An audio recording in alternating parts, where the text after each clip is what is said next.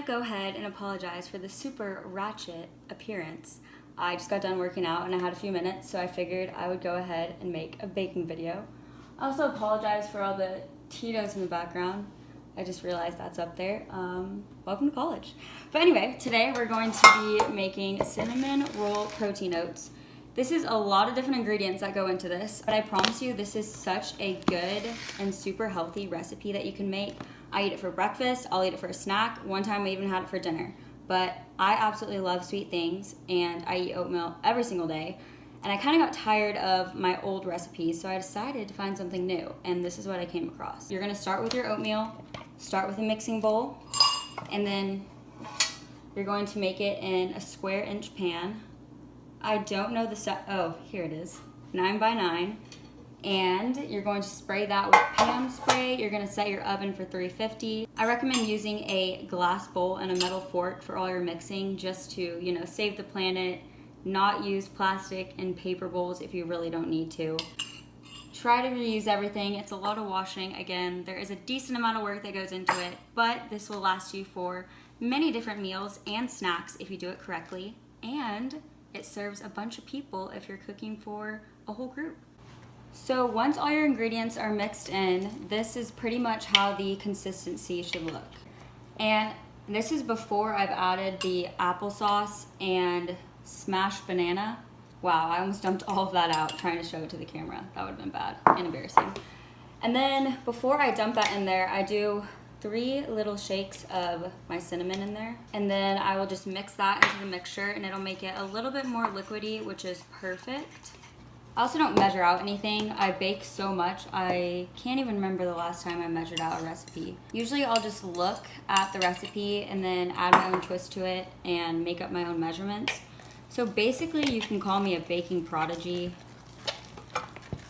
This is a workout. I feel like I'm churning butter. Also, while I'm mixing all of this together, usually I boil my hot water, and with the hot water I add my dates, and this is going to be for the date paste. And again, I will put the exact measurements in the box below, even though I don't use exact measurements. I'm gonna guesstimate, and it should turn out decently well. If not, you can add whatever you feel like needs to be added.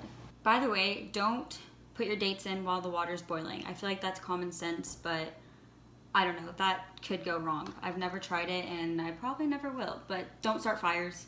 And since this is a cinnamon roll oatmeal bake, I topped the batter with some cinnamon. And now I'm gonna stick it in the oven. Again, it should usually only take like 20 minutes to bake. If you have a very high powered oven that isn't a college apartment oven, it'll probably bake a little bit faster. But you want it to be a little bit squishy, unless you like eating oatmeal bakes or any kind of bake super hard. If you're like the hard kind of texture cookie person, then you'll enjoy it super crispy. But otherwise, kind of check on it periodically every like 7 minutes. And again, for the dates, you're going to let those sit in the water that you previously boiled for about 10 to 15 minutes. And I use about 20 dates. Sometimes I use a little bit less, a little bit more, but about that amount. And then once you make that date paste and the dates are kind of squishy, you'll put them either in a blender or a food processor and get it to where it's like a puree substance. Then you'll put a little bit of brown sugar or coconut sugar in there, cinnamon, mix it all together, and that'll be your topping. I hope you guys like this recipe and enjoy making it. It's the perfect little snack as well as meal after a nice workout or on the go. I could eat it every day if I had time to make it every day. Again, it is a little tedious and a little messy to make, but so worth it, especially because it does make so much and it lasts for a long time. It doesn't have to be refrigerated since there's no dairy, no meat in it. You can if you'd like to, but usually I just leave it on my stovetop so that my roommates can have some too. And just cover it with tin foil. And the icing as well, or the date paste, which is the icing, I put tin foil on that and just keep it in a glass bowl. So it's easy access and you can eat it whenever. If there are any other recipe modifications you would like for me to make a recipe for and make a video for, please leave that in the comment section. I'm excited to see what you guys have to say and what you guys want to see. Please remember to like, comment, and subscribe. Have a great rest of your day.